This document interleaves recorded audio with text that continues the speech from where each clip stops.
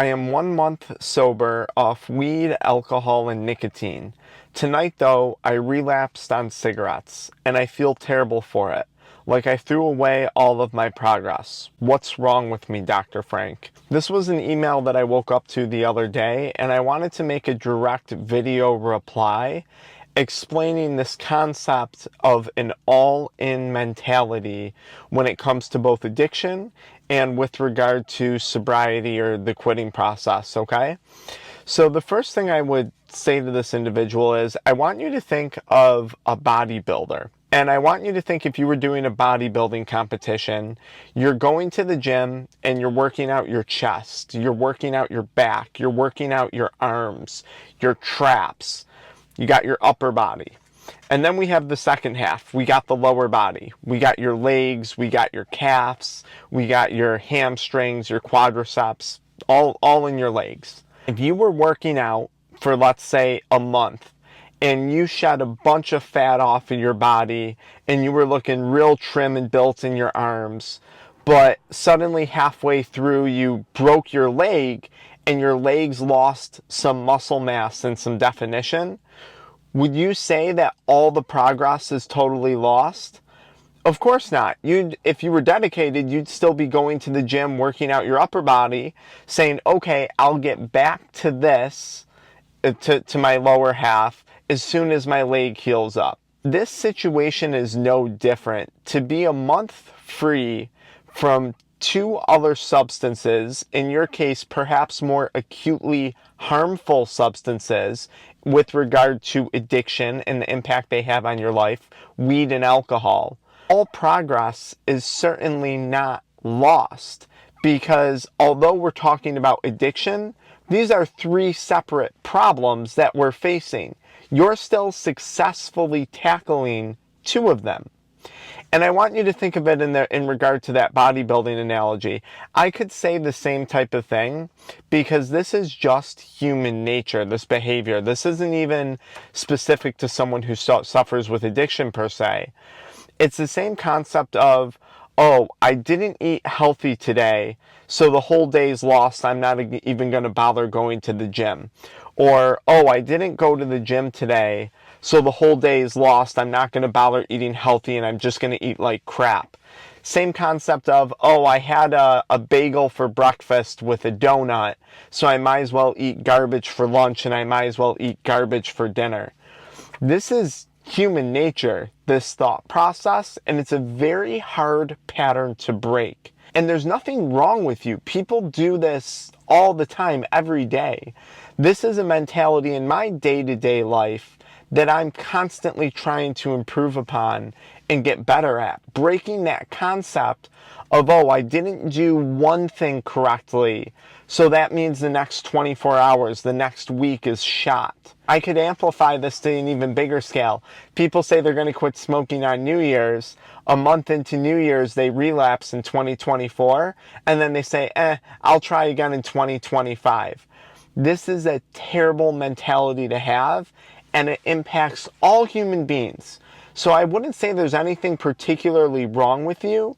In fact, I would say you're probably ahead of the curve, just in the fact that you recognize that you have this behavior, that you have this problem. Because most people aren't even aware of it. Okay, so that's the first thing.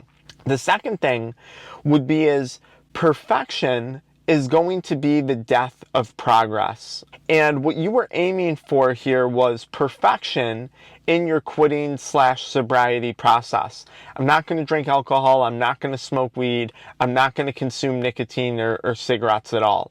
The fact that you're making progress, and you have made significant progress, you went from doing all three of these things just 30 short days ago to doing none of them for a period of 30 days. That's massive progress when it comes to showing discipline and self-control and commitment to something. There's a lot of people who cannot commit to anything for even 24 hours, let alone 30 days. I wouldn't get tied up in this idea that this quitting process has to be linear and that it has to be perfect. And this is one of the false promises that we get with drug use or that we get with addiction. The idea that we're going to have perfection, the idea that every day is going to be a success, the idea that every day is going to be a good day. I think that this is a very dangerous mentality to have, because chances are there are going to be some bumps in the road. But having one cigarette over the course of 30 days is not nearly as devastating as smoking a pack a day, smoking weed and drinking alcohol every day. It's not nearly as significant. It's a small bump compared to just a short time ago, which were big bumps. The next thing that I want to tell you is this, and this is so important. I am not one for moderation. I am an all-in mentality, right? I noticed the more weed I would smoke, the more I'd want to watch porn. The more often I'd drink alcohol, the more frequently I would relapse on nicotine. Yes, I 100% have those patterns. I'm not a person of moderation. But I would encourage you to break free of the idea that just because you had one means you have to go off the rails and drink alcohol and smoke weed and do whatever else it is you do that is destructive behaviors. Because you don't have to do that. You can have one cigarette and be done with it again. You can have a pack of cigarettes and be done with it again. Just because you had a cigarette doesn't mean you have to throw everything away and you have to go smoke weed or go start drinking alcohol again. And I'm telling you this as a person who's not a moderate person, as a person who agrees, all in on addiction, all in on sobriety. But this is one of the dangerous things that they teach people who suffer from addiction. They tell you, oh, you did it once, now you have to do it again 1,000,000 times. This concept literally kills people.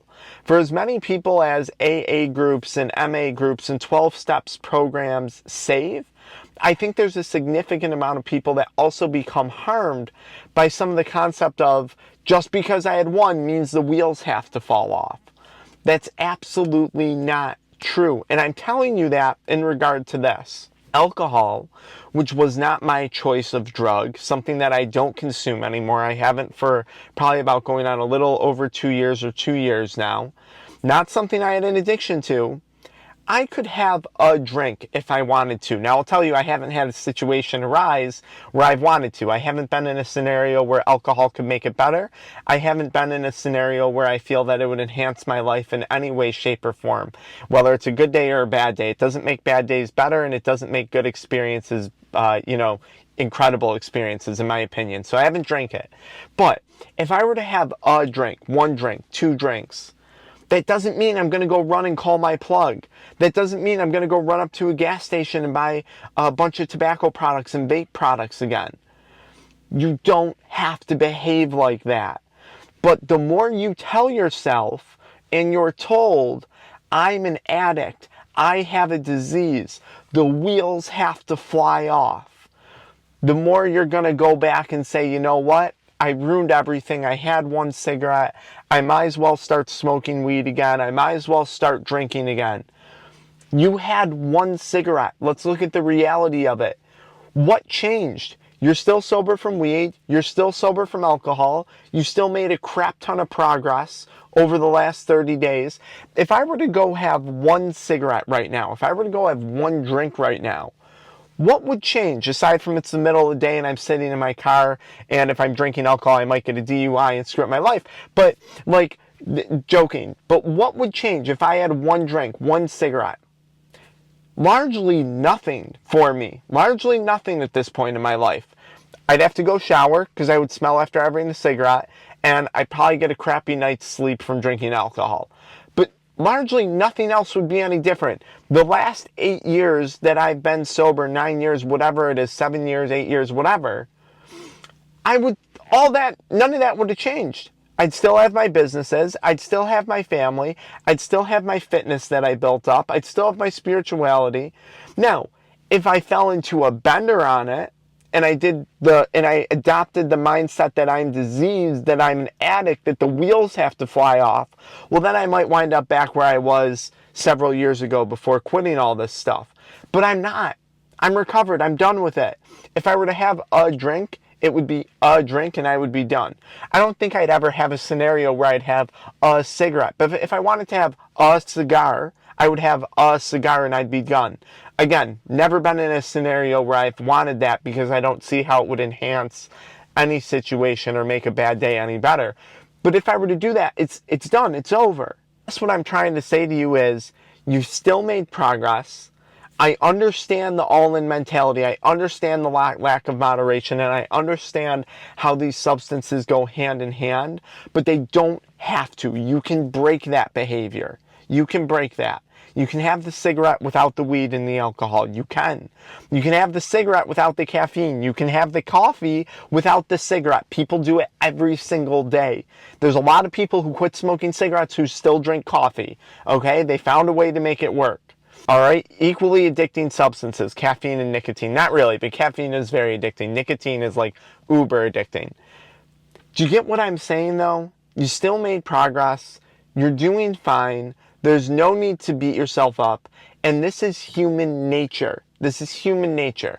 And this is something that even myself, we're all trying to improve upon, right? It's like, oh, Frank, you didn't make a YouTube video today, so don't bother sending out one of those incredible emails to your email list that you can join by downloading our free PDFs in the pinned comment or the video description, or checking out our Kick It supplement to help people with cravings next time around something comes up. It will put you on my free email list.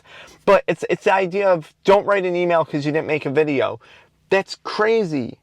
It makes no sense. It's something that we're all always working on. I hope this video helped you out. If it did, follow me into the next one because I made a similar one recently around this topic that I think will also help.